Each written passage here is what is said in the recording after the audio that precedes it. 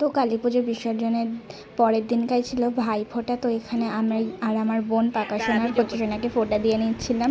তো ফার্স্টেই আমি এখানে কচি সোনাকে ফোঁটা দিয়ে নিচ্ছিলাম। তো আমি একদমই সেজে গুজেছিলাম না, কারণ সারাটা রাত জাগার পরে আমার একদমই ভালো লাগছিল না যে সেজে গুজে থাকি। তাই ঘুমটুম থেকে উঠে স্নান করেই ফোঁটা দিয়ে নিচ্ছিলাম। তো এখানে আশীর্বাদও করে নিচ্ছিলাম। তারপরে পাকা সোনার আমার ফেসটা দেখে বুঝতেই পারছি যে কতটা ক্লান্ত আমার ফেসটা।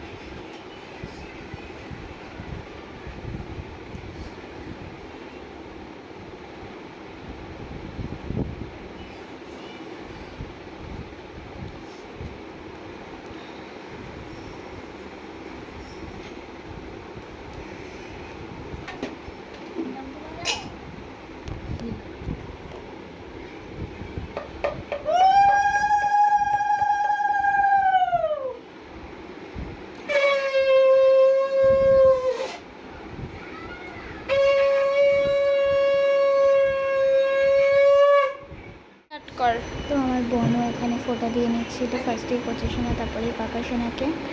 ওই হাত দিয়ে দেয় না, কেরি আঙুল দিয়ে দেয়। করবি তো স্নান করবে না, ভালো আমি স্নান করেছিলাম।